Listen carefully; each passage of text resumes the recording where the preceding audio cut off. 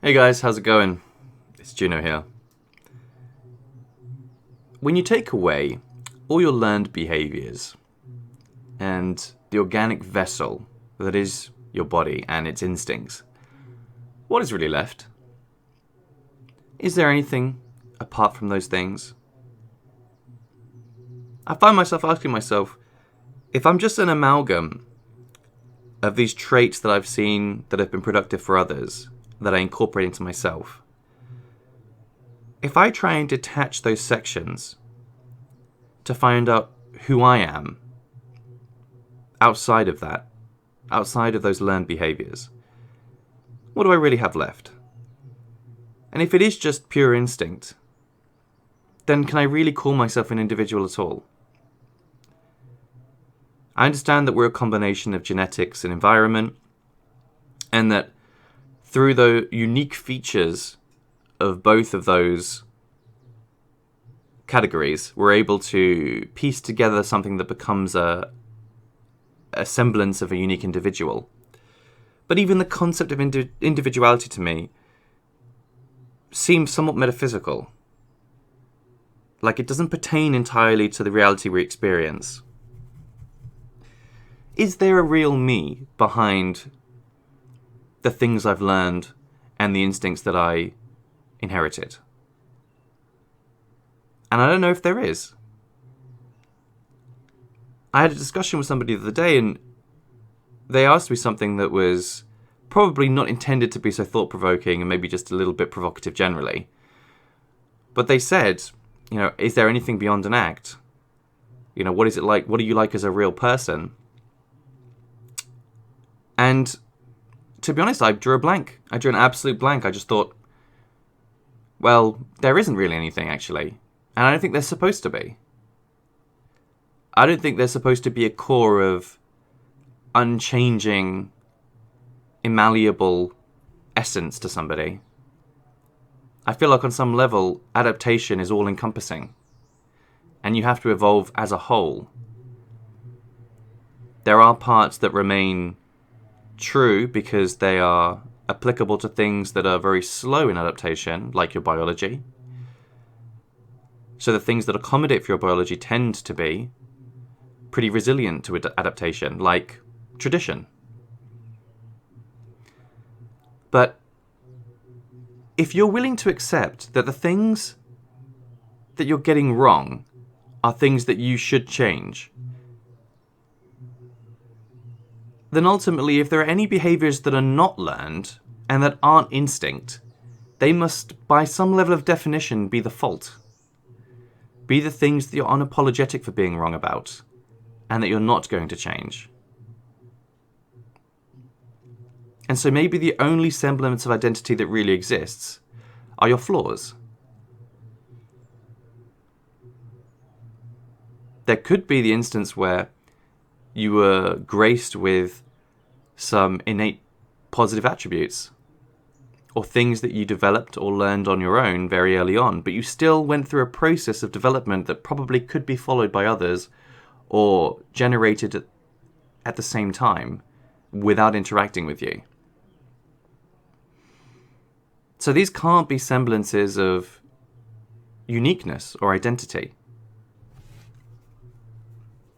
Maybe your flaws could be generated by others, but they would be under some pressure to change them.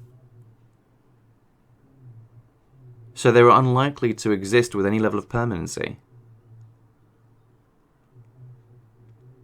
Going back to the original question, maybe all of our potential probably is similar. On some level, we might need to embrace the notion that means maybe our identities aren't really so individual and unique at all. Outside of our learned traits and our inherited instincts, is there only the hive mind or some abstraction of a hive mind with which we can identify with? A hive being. To think of man as an individual, maybe to miss something core to his existence, which is the society, the cooperative.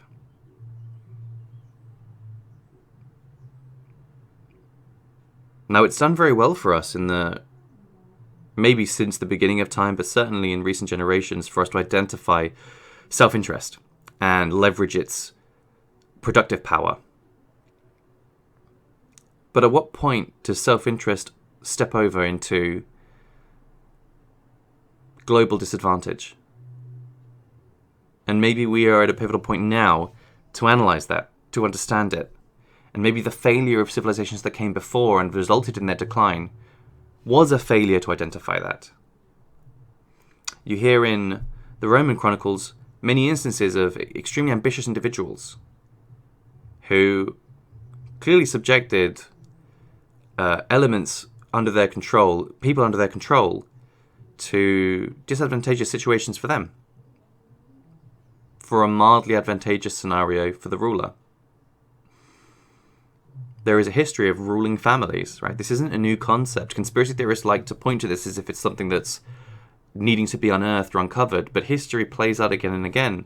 The Hannibal Barca, for example, is well known historically as being an enormously influential and rich person in his civilization, as was Sulla and Caesar, many other individuals who perhaps we don't always associate with prestige and power, nevertheless had huge influence and family interest in certain bygone civilizations. The history of the Iranian peoples definitely shows that. The Persians, many conquerors came and went, but actually it was the noble families of Persia that retained a lot of the influence.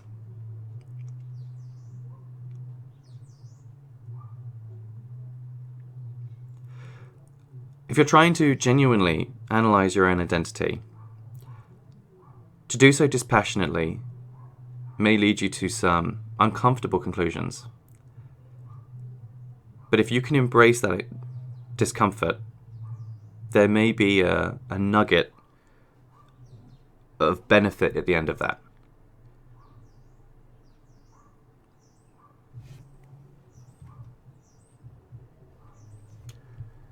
A little bit of a departure now, but I'm going to talk about language. So I've spoken before on the channel about how we can structure our language to be reframing scenarios, giving a different interpretation, a more beneficial one, a more flattering interpretation of things. And often we can even utilize the status of others to enforce our own views. So we could look at that as a appeal to authority.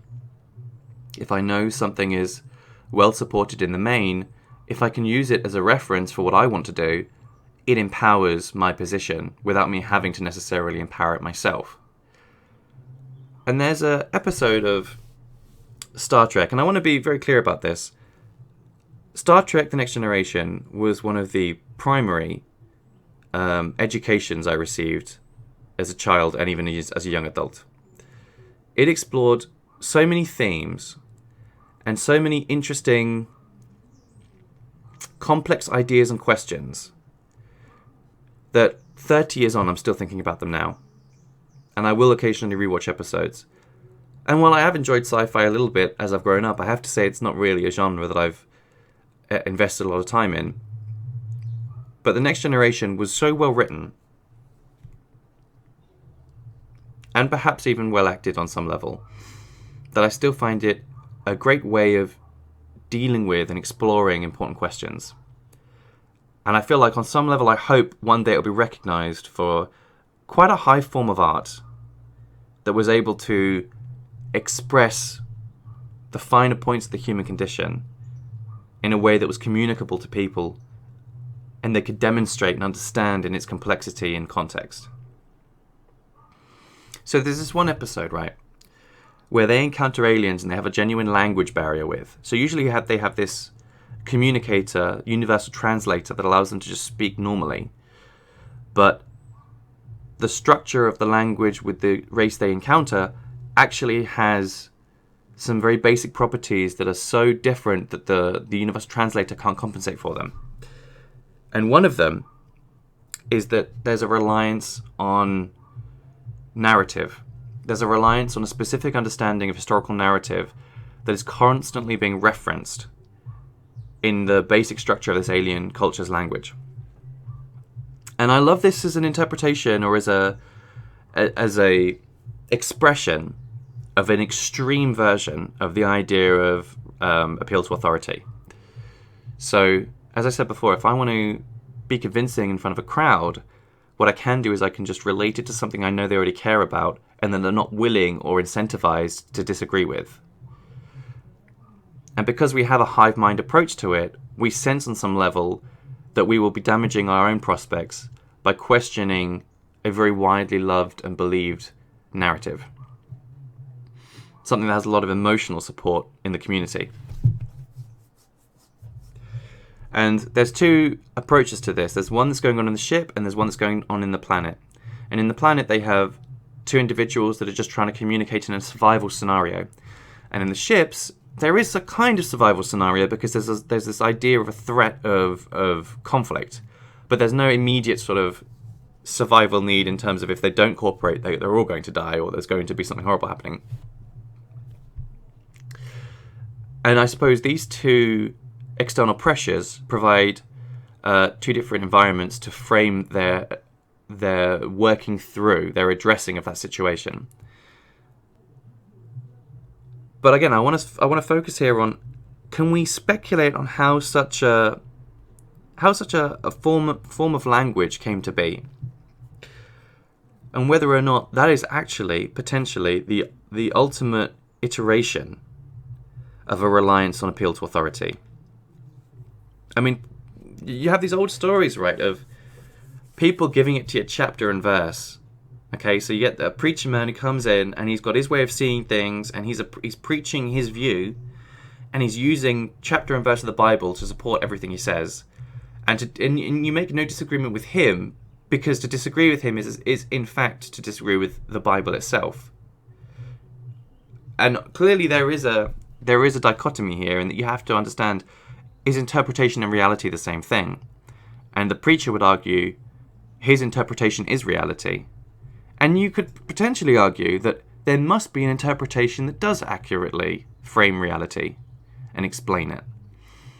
But there are such a plethora of interpretations out there. How are you to know? You know, what percentage chance is there that this interpretation is the real one? And so to speak to someone who, in that scenario, is going chapter and verse at you, it is very difficult in a public environment to begin to question that unless you're entirely sure of what you're doing.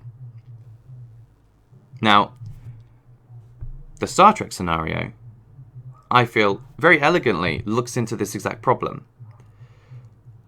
And it asks, well, how do you begin to converse on that level? And the question you have to understand is, why is this narrative so important to these people that it's become the core of their language structure? And you could argue on some level, it's out of insecurity. Now, that's a very psychological view. Perhaps there's other essential factors that it's excluding. Maybe there was, some kind of global conflict that led to them having to focus centrally on one narrative as a unifying force. And that unifying force became so overpowering that they even instilled it into their very language. I'm not sure exactly what explanation is given in the episode. But nevertheless, it's fascinating to imagine that could we put ourselves in that position one day, all right, where if narrative becomes the overarching definer of somebody's position, and everybody is trying to achieve a position which cannot be sallied, all right? It can't be besieged. You can't attack a position because of the connotations it already has. Could we see ourselves in a position then where people only speak in narratives? I think that's possible. Maybe even probable. Maybe one day it will just be that version of events, but relating to the Marvel Universe. Sounds absurd, but I could absolutely see it happening. If everybody just agreed that they enjoyed the superhero movies, and then you initiate every conversation with an appeal to that authority and then showing congruence with your authorities. So you say, oh, I appeal to that authority as well. Then why not just structure the entire conversation like that and just constantly reaffirm it? All right? Because you're going to be signifying all this congruence, which is going to be very, very positive. It's going to mean that we all agree on some level. And I'm sure there's enough content within the Marvel Universe, if you include the comics and everything else, for you to build an explanation for most real-life scenarios where you could explain it through allegory. Or you could use them as a literal or a figurative translation. And, I mean, I hope everyone is as disgusted as the thought as I am, but that doesn't mean you shouldn't consider it. That doesn't mean you shouldn't understand how that could potentially happen. Now, I know there's a lot more pressing conspiracy theories out there than the Marvel Universe translation conspiracy theory, but I think it's one we have to watch out for the future. And I think it does represent a negative trend in our society where we are only looking more and more for the unsaliable position and not for the position that drives genuine discovery. Right, if you're only allowed to talk in certain terms, understand that stagnancy and a lack of innovation are all that can follow. I'm all for restrictions driving innovation, but the culmination of those restrictions has to be something new that's born out. But if the terms are already set in stone and nothing new can be created and permitted, then that will be the end of innovation.